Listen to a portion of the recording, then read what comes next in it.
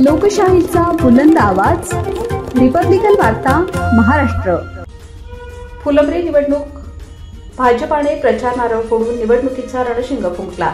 महामानवांच्या पुतळ्यांना पुष्पहार घालून केली प्रचाराची सुरुवात। फुलंब्री नगरपंचायत निवडणूक 2025च्या भारतीय जनता पार्टी राष्ट्रवादी काँग्रेसच्या प्रचाराचे नारळ फोडून महापुरुषांच्या पुतळ्यांना पुष्पहार घालून सुरुवात करण्यात आली।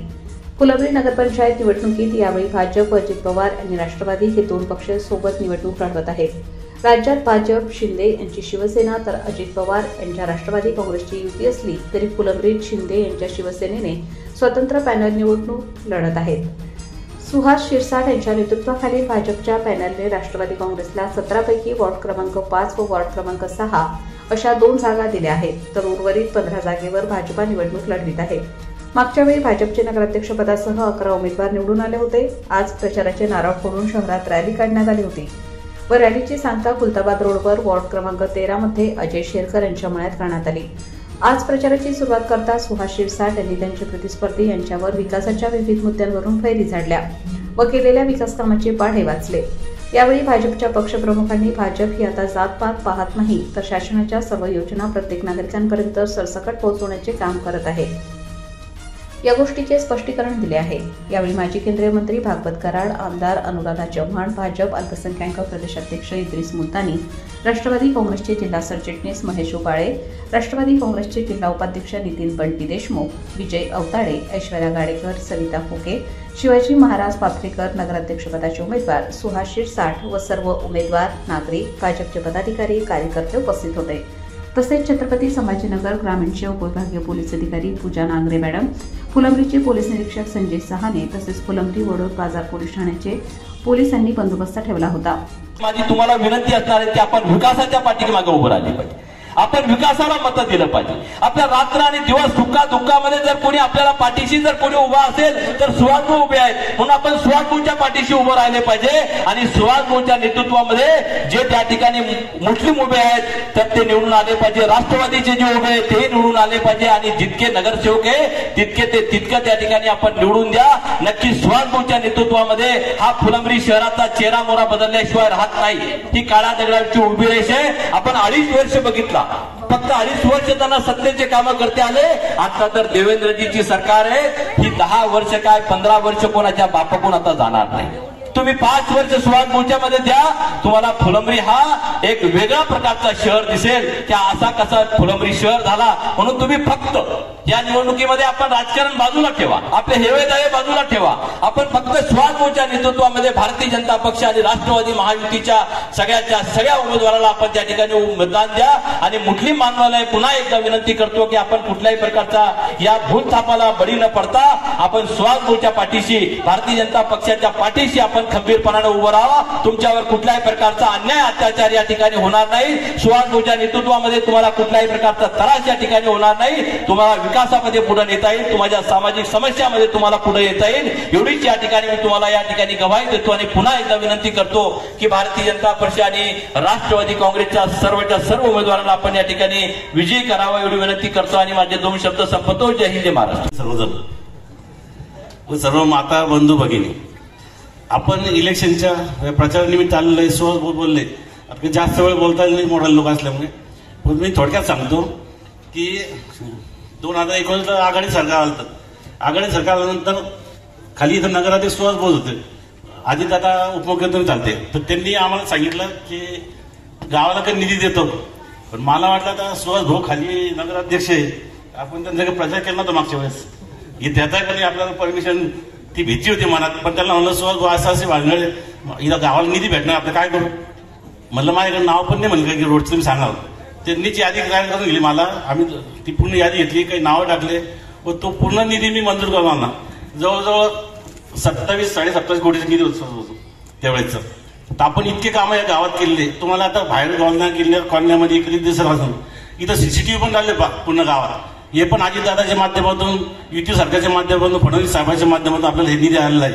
आणि आपल्या ज्या योजना आहे शासनाच्या, केंद्र सरकार, राज्य सरकार, या योजना काही कोणा एका जातीला भेटत नाही, या पूर्णला भेटतात। मग काही करून राग मानता मला काही माहिती नसतं, कोणी नाही म्हणतं, पण योजना करता काटछाट होत नाही। आता विधानसभेला समजा पानवडले मतदान झाले नाही, आपल्याला लोकसभेला झाले नाही, पण तिथं आत्ता चव्हाणताईंनी 1 कोटीचा निधी दिला शाळेला, पानवाडी या गावाला.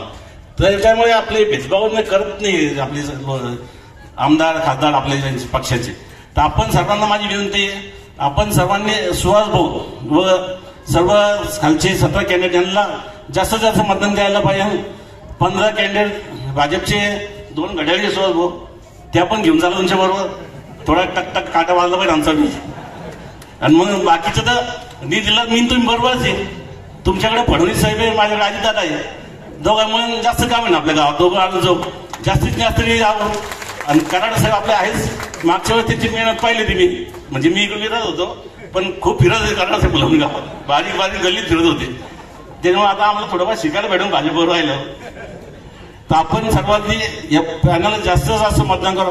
आम्ही या गावाचा विकास तुम्हाला सांगतो, या गावात नक्कीच काय पलट करून दाखवू. 5 वर्षात फुलंब्रीचं नाव हे सगळ्यांनी जिल्ह्यात घ्यायला पाहिजे. सुहास भाऊ आणि बरोबर काम करू. सर्व गावकऱ्यांनी जास्तीत जास्त मतदान आपलं कसं करून घेता येईल एवढं हे करायला पाहिजे. एवढं बोलतो माझं शंभर. जय हिंद जय महाराज. त्या पॉम्पलेटवर आपण केलेली कामाची फोटो ते टाकताय आणि आम्ही हीच कामं आम्ही केली असं दाखवण्याचा प्रयत्न करताय. माझा विकासाच्या दिशेने तुम्ही ज्यावेळेस आमच्यावर विश्वास टाकता, जेव्हा आमच्या तरुणांना पुढे करता, त्यावेळेस माझं त्या ठिकाणी मत असतं की तुम्ही जर एक काम केलं असेल तर त्याला प्रत्युत्तर द्यायचं असेल तर मी 2 कामं त्या ठिकाणी करून दाखवावी. नव्हे की तुम्ही मीच केलेलं काम तुम्ही पुन्हा पॉम्पलेटवर छापावं ते मीच केलं अशा पद्धतीचं दाखवावं असे नाही. मी एक मागच्या पंचवार्षिकला एकदा एक शब्द बोललो होतो, आपल्या सर्वांच्या साक्षीनं त्या ठिकाणी बोललो होतो. माझा जन्म याच ठिकाणी झाला आणि याच ठिकाणी कर्म करणार आणि याच ठिकाणी मरणार. आज पॉम्पलेटवर तेच छापलेलं बघितलं. तुम्ही जर पॉम्पलेट वाचलं ना, हेच छापलेलं. माझं मागचा डायलॉग आता माझा तो डायलॉग नाहीये, माझ्या मनातली गोष्ट आहे. मी अंतःकरणापासून बोललेली ती गोष्ट आहे. कुठंतरी आवडली, हा यावर्षी लगेच टाकून दिली पॉम्पलेटवर. पुन्हा कॅन्सल झाला असं मला वाटायला लागलं. मला इथे बसलेले सर्व शेतकरी मित्र आहेत. आपल्या घरातली गुंठाभर असेल शेती, ज्यावेळेस विकायला काढतो त्यावेळेस मनाला किती वेदना होतात हे आपले सगळे शेतकरी बांधव या ठिकाणी जाणतो. जरा थोडंसं लक्ष द्या. गावातली एकही प्रॉपर्टी ठेवली नाही. सगळे विकून टिकून मोकळे करून पैसे जमा करून ठेवले. घर सुद्धा विकून ठेवलेलं आहे. हे कागदावर जाऊन बघा, मी बोलतो म्हणून तेच तुम्ही सत्य मानू नका. मग हे कशासाठी? जर सगळं विकून टिकून ठेवायचंय मग पुढं काय करायचंय? मग इथंच जन्मायचं आणि इथंच मरायचं हा शब्द कशासाठी? मला हेच कळत नाहीये की आपण जाताय कोणत्या दिशेनं, लोकांना किती भूलतापा आपण देणार आहात आणि आपण यावर विश्वास ठेवत नाही याचीही खात्री मला त्या ठिकाणी आहे. आपण सर्व आमच्या पाठीशी खंबीरपणे त्या ठिकाणी उभं राहतात हेही आम्हाला त्या ठिकाणी जाणीव या ठिकाणी आहे. तालुका दर्जा जर कुणी दिला असेल तर ते महायुतीच्या काळामध्ये माननीय गोपीनाथजी मुंडे साहेबांनी दिला आणि त्यानंतर सातत्यानं आपण आता ऐकत होतो नेत्यांची भाषणं. सातत्यानं फुलंब्री शहराचा विकास जर कुठं झाला असेल तर तो महायुतीच्या काळात झाला. मध्ये 15 वर्ष काँग्रेसचं सरकार होतं, त्या काळात काही झालं नाही. पण आता पिण्याचं पाणी असेल, ड्रेनेज असेल, रस्ते असतील, वेगवेगळ्या सभागृह असतील आणि त्याचबरोबर महापुरुषांचे पुतळे, छत्रपती शिवाजी महाराजचा पुतळा असेल, महात्मा ज्योतिबा फुले यांचा पुतळा असेल, भारतरत्न डॉक्टर बाबासाहेब आंबेडकरांचा पुतळा असेल, हे सुद्धा आपले नगराध्यक्ष माननीय सुहासजी शिरसाट यांच्या नेतृत्वात झाला. एवढंच नाही तर अनुराधाताई चव्हाणने सांगितलं की वेगवेगळ्या समाजाच्या सभागृहाला सुद्धा त्यांनी अनुदान दिलेलं आहे आणि आमच्या मुस्लिम बांधवांच्या शादीखान्याला सुद्धा 25 लाख रुपये दिलेले. एकंदरीत हे केंद्रामध्ये मोदी साहेबांचं सरकार, राज्यामध्ये देवेंद्र फडणवीस, अजितदादा पवार आणि शिंदे साहेबांचं सरकार. तर हे सरकार सर्वांच्या विकासासाठी प्रयत्न करत आहे. हे डबल इंजिन सरकार आहे. केंद्रातला पैसा असेल, राज्यातला पैसा असेल, जर या नगर परिषदला आणायचा असेल तर आपल्याला महायुतीचा उमेदवार माननीय सुहासजी शिरसाट यांना निवडून द्यावं लागेल.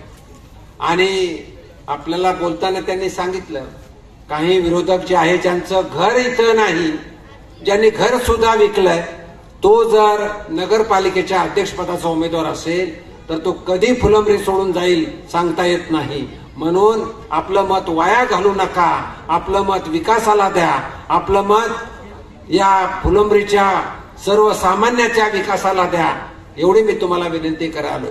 मला आठवतंय 2017 मध्ये आपण मोठ्या मतदारांनी मोठ्या मतदान करून आपण सुहासजीला निवडून दिलं आणि त्याचा अनुभव आपणाला आहे. त्या अगोदर ते सरपंच होते.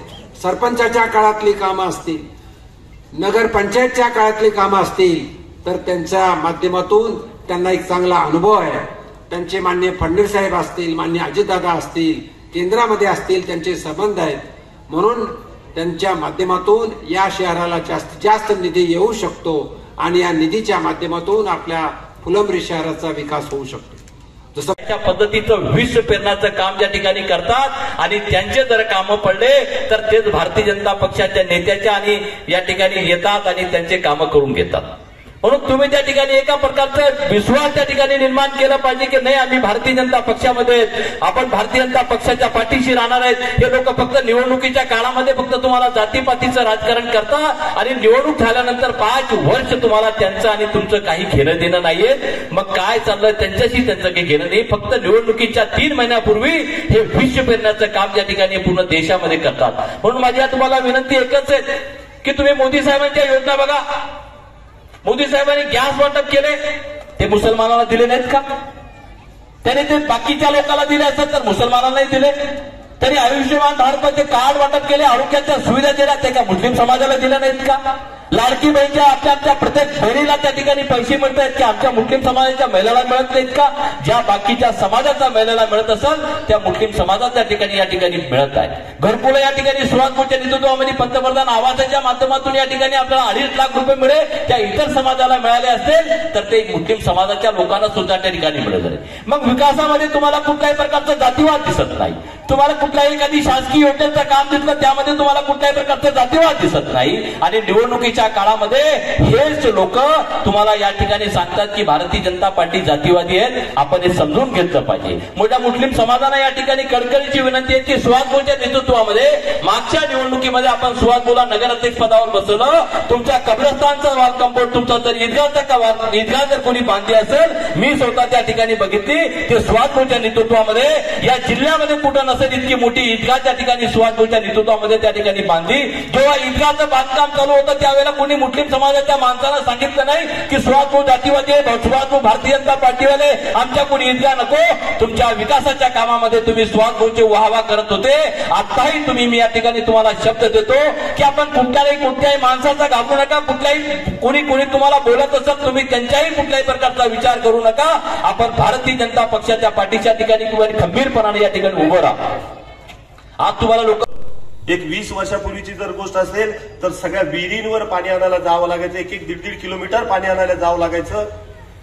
ज्यावेळेस नितीनजी देशमुख आणि मी, आमच्या दोघांच्यावर या ठिकाणी तुम्ही 2000ला विश्वास टाकला, त्यावेळेस आम्ही पहिलं जे काम केलं असेल तर ते या ठिकाणी या फुलंब्रीकरांना, या आमच्या माता भगिनींना घरापाशी नळ आणि त्या नळाला पाणी, अशा पद्धतीची भूमिका आम्ही त्या ठिकाणी घेतली.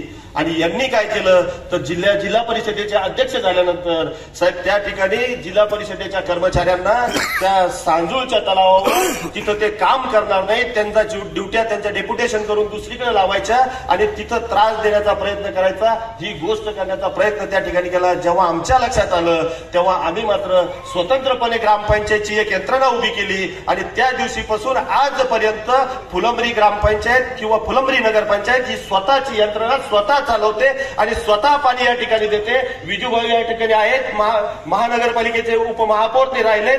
महानगरपालिकेची अवस्था काय आहे ते आपण बघतो. 7-7, 8-8 दिवसानंतर पाणी मिळतं, परंतु या फुलंब्रीकरांना 1 दिवस आड पाणी हे नक्कीच त्या ठिकाणी मिळतं. हे आम्ही त्या ठिकाणी सिद्ध करून दिलं.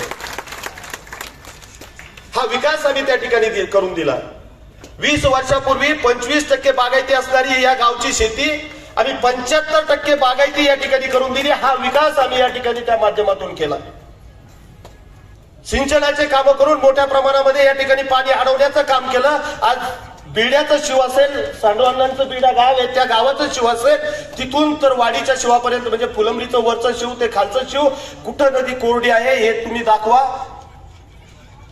या पद्धतीचे काम आम्ही करण्याचा प्रयत्न त्या ठिकाणी केला. साहेब, आम्ही या तरुणांनी या ठिकाणी एक विकासाचा धडा त्या ठिकाणी घेतला होता आणि पहिलं जे तांत्रिक आणि थोडंसं भावनात्मक असं दोन्हीची जोड आम्ही त्या ठिकाणी देतो. आणि कुठं महाराष्ट्रात किंवा भारतामध्ये कुठं झालं नसेल अशा पद्धतीचं या नदी नांगरण्याचं काम सुद्धा आम्ही केलं होतं. आणि ती नदी नांगरल्यानंतर गुडघ्या एवढं वाहणारं पाणी अगदी बंद झालं होतं. म्हणजे ते पाणी पोटामध्ये जमिनीच्या पोटात त्या ठिकाणी जायला लागलं होतं आणि त्याचं त्या ठिकाणी आम्ही सिंचनाचं काम त्या ठिकाणी या माध्यमातून केलं होतं. तो पहिला प्रयोग आम्ही या ठिकाणी केला होता. म्हणजे या माध्यमातून आपण विकासाची कामं करत करत पुढे गेलो. खरं तर सुविधा मिळावी म्हणून त्यांना सुद्धा सभागृह देण्याचं काम या गावामध्ये त्या ठिकाणी केलं. वाड्या वस्त्यावरचे आमची मजबूतीकरणाचे रस्ते आम्ही त्या ठिकाणी केले. फक्त 2.5 वर्षाचं काळ साहेब आम्हाला या भारतीय जनता पार्टीच्या महायुतीच्या सरकार सोबत मिळाला. त्यामध्ये आम्हाला शिकायला एक नगरपंचायत कशी चालवायची हे शिकायला 2-5 महिने आमचे त्या ठिकाणी गेले. 1-2 वर्ष जे मिळालं त्या 1-2 वर्षाच्या काळामध्ये आम्ही सर्व विकासाची कामं त्या ठिकाणी केली. आणि ही करत असताना ती कामं पुढे नेत असताना आम्हाला जे मध्यंतरी अडथळा आला तो मध्यंतरी आपल्या सगळ्यांनाच तो प्रॉब्लेम झाला. महाराष्ट्रामध्ये महायुतीला त्या ठिकाणी भरघोस असं मताने विजयी झाले, परंतु मध्येच काहीतरी घडलं आणि भाजपचं सरकार त्या ठिकाणी आलं नाही. भाजपला विरोधात जावं लागलं. आणि त्यावेळेच्या काळामध्ये एकच घटना फक्त त्यावेळेची सांगेल. त्याही काळामध्ये साहेब याच निवडणुकीमध्ये 17च्या निवडणुकीमध्ये जे विरोधी पक्ष नेते म्हणून या ठिकाणी राहिले जे अंबादासजी दानवे हे या सगळं नगरसेवकाच्या विरोधामध्ये प्रचार करायला या फुलंब्रीमध्ये होते. तळ ठोकून 15 दिवस या ठिकाणी राहिले आणि काहीच महिन्यानंतर त्यांची निवडणूक आली आणि महायुती म्हणून त्यांची उमेदवारी ज्यावेळेस जाहीर झाली त्यावेळेस मात्र आमच्या या तरुणांनी या नगरसेवकांनी कुठं मागे पाहिलं नाही. हे सर्व त्यांच्या खांद्याला खांदा लावून त्या ठिकाणी उभे राहिले आणि त्यांना मतदान केलं ज्यांनी आमच्या विरोधात या ठिकाणी काम केलं होतं. आणि त्याच व्यक्तीनं त्यांना फक्त शब्द मागितला होता. मी त्यावेळेस रात्री 2 वाजेची वेळ होती. आम्ही सगळे एकत्र एका रूम मध्ये होतो आणि तिथून मला त्यांनी बाजूला उठवून नेलं आणि मला सांगितलं की आता आपल्याला यांना सगळ्यांना मतदानासाठी हे करायचे. मला काय पाहिजे मी सांगितलं त्यांना एक शब्द मागितला की ज्या वेळेस तुमच्याकडे येईल तर माझं काम झालं पाहिजे, माझ्या फुलंब्रीचं काम झालं पाहिजे. हा शब्द त्यांना मागितला आणि उभाटाचं सरकार आल्यानंतर म्हटलं तुम्ही त्या ठिकाणी त्यांचे आमदार आहात, आम्हाला काहीतरी द्या. 17 कोटीचे कामं मंजूर करून दिले साहेब त्यांनी. 17 कोटीची कामं मंजूर करून दिली. आणि ही मंजूर झालेली कामं आमच्या माणसाला ज्यावेळेस माहीत झालं त्याची पत्रकार परिषद आहे. त्या पत्रकार परिषदेमध्ये स्पष्टपणाने बोलताय आम्हाला ज्यावेळेस माहीत झालं की आमच्या विरोधात भाजप आहे आणि भाजपच्या नगराध्यक्षांनी 17 कोटीची कामं आमच्या शासनाकडून मंजूर करून आणली. आम्ही पळत पळत गेलो मुंबईला आणि आम्ही ती रद्द करून आणली. किती मोठं काम केलं. ही विकासाची घडी नाहीये. मी ज्यावेळेस भारतीय जनता पार्टी राष्ट्रवादी वेगवेगळं होतं, नितीनजी देशमुख माझ्याकडे आले, मी नगराध्यक्ष होतो. ते म्हटले दादा उपमुख्यमंत्री झाले, काही निधी आपण आणू शकतो. मी त्यांना स्पष्ट शब्दात सांगितलं की नक्कीच आणा. मी आणखी नावं काढून दिली आणि हे जर होत असतील कामं तर ही कामं सुद्धा तुम्ही मंजूर करून आणा. त्यावेळेस आम्ही विरोधात होतो तरी सुद्धा ही भूमिका आम्ही त्या ठिकाणी घेतली आणि बंटींनी सुद्धा त्या ठिकाणी ती कामं मंजूर करून आणली. या आपल्या गावामध्ये ती कामं मार्गाला लागली. हा विकासाची दिशा आहे, ही विकासाची दिशा आहे. चांगली दिशा त्या कामाला मिळावी यासाठी तुम्ही सर्वांनी जो विश्वास टाकला आणि त्या विश्वासाला काही का प्रमाणात होत नाही त्याला पात्र ठरत आम्ही मागचे काही वर्ष या ठिकाणी काम करतोय. आणि आज पुन्हा एकदा या कामाच्या बळावर या विकासाच्या जोरावर आम्ही पुन्हा एकदा एका हिमतीनं परत तुमच्या समोर पुन्हा एकदा उभे आहोत. ती भारतीय जनता पार्टीचं कमळ आणि राष्ट्रवादीची घड्याळ या दोन्ही निशाणी समोरचं बटन दाबून आम्हाला पुन्हा एकदा आपली सेवा करण्याची संधी द्यावी ही विनंती करण्यासाठी आम्ही आपल्या समोर या ठिकाणी उभा आहोत. ही निवडणूक होत असताना बऱ्याचशा मागच्या 5-7 वर्षापासून काही मनाला वेदना काही आनंद असे सर्व घटना नेहमीप्रमाणे घडत गेल्या. आणि मग एक घटना घडली ती मागच्या 17ला तुम्ही सर्वांनी आमच्यावर विश्वास टाकला, एकतर्फी निकाल त्या ठिकाणी दिला आणि 17 पैकी 11 उमेदवार या भारतीय जनता पार्टीचे, त्यावेळेस तर भारतीय जनता पार्टी एकटी लढली आणि सर्वजण एकत्र येऊन आपल्या विरोधात त्या ठिकाणी लढले, तरी सुद्धा तुम्ही 11 उमेदवार या भारतीय जनता पार्टीचे त्या ठिकाणी निवडून दिले आणि नगराध्यक्ष पदाचा उमेदवार सुद्धा आपण त्या ठिकाणी निवडून दिला.